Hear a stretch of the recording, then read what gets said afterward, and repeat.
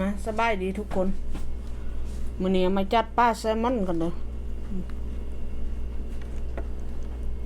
มาเด้อแซ่บๆนะกันพี่น้องปองวิ่งพี่น้องปองป้ายหมู่คู่ Facebook and YouTube มาจัดกินปลาแซลมอนกันอันนี้ก็กุ้งลวกละนี่ก็น้ำจิ้มของเฮา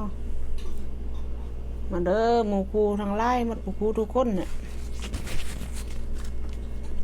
ไปกินครั้งแรกเลยปลาแซลมอนผักมีซีญาก็เก่า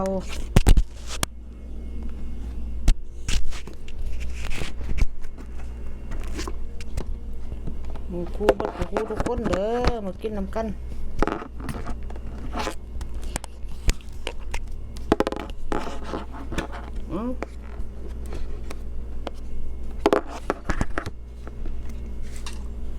กินบนได้ก่อนเนาะนี่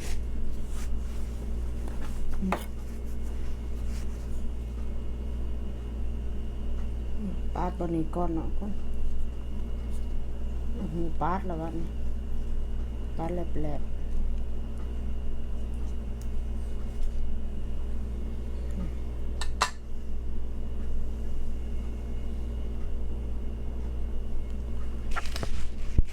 น้ำจิ้มรสเด็ดนั่นน่ะมาเด้อมากินน้ำกันหมู่คู่บัดหมู่คู่ทุกคนเนี่ย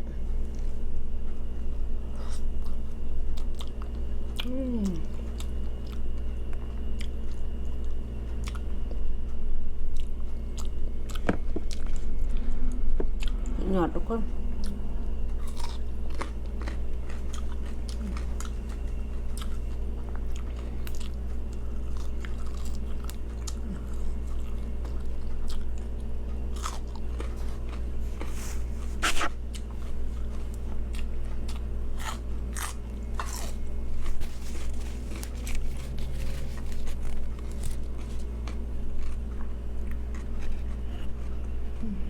กุ้ง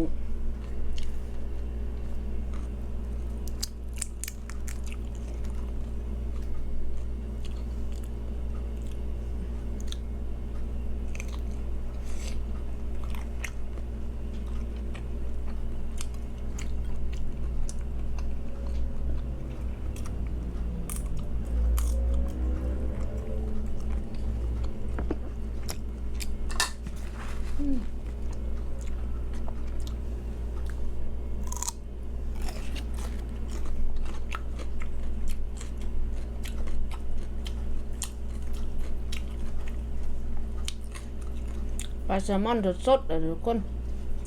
เกรดนี่เกรดดีที่สุดแหละแดงจุ่มคุมแซ่บๆกินน่ะอ่อนละมุมลีนเด้อมากินน้ำกันหมู่คู่มาหมู่คู่ทุกคน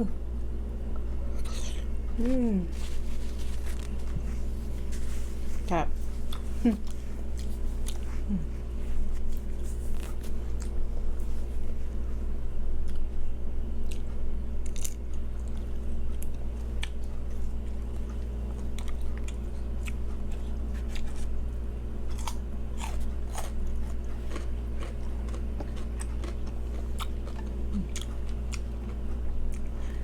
ว่ามันกินกับเบียร์กินกับน้ำส้มน้ำบ้าง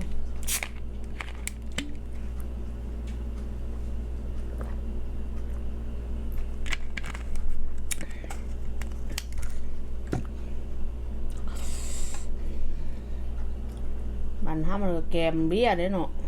แกมเบียร์หรือว่าเราข้าวนี่เฮากินสุดยอดทุกคนน้ำจิ้มส้มๆหวานๆจิ้มปลาแซลมอน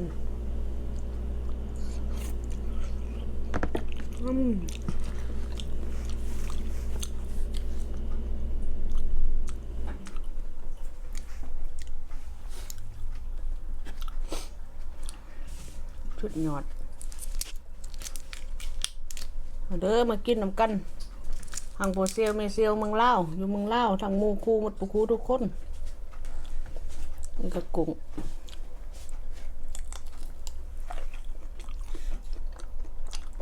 เนื้อแน่นๆเนาะ ม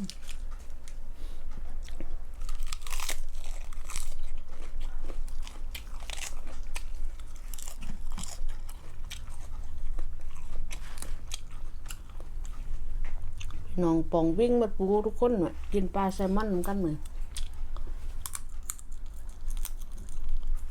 ครอบหลอกกุ้งก็แผ่น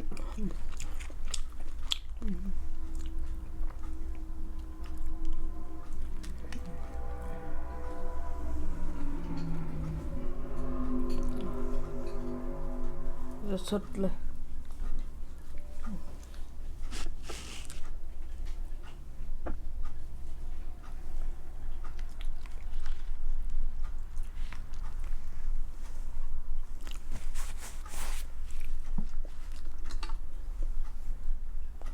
เอาขาเสือมาเรียบร้อยแล้วเด้นี่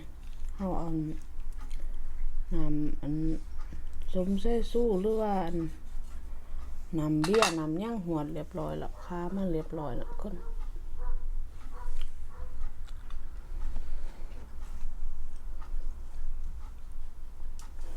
แซ่บแซ่บ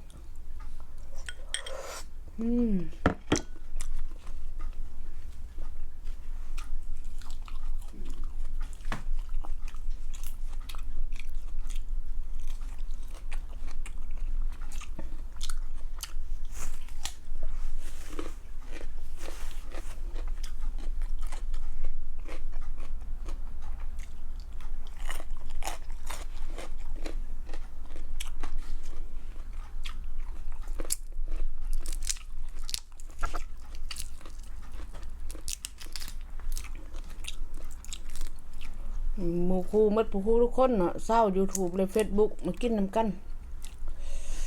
ปลาแซลมอนแซ่บๆน้ำจิ้มสุดยอด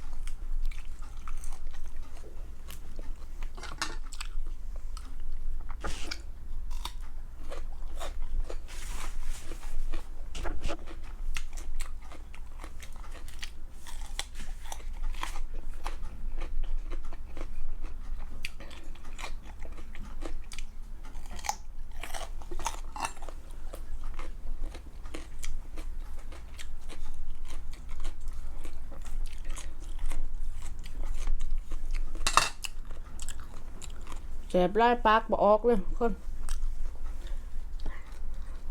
แสบไล่จนบ่ปาก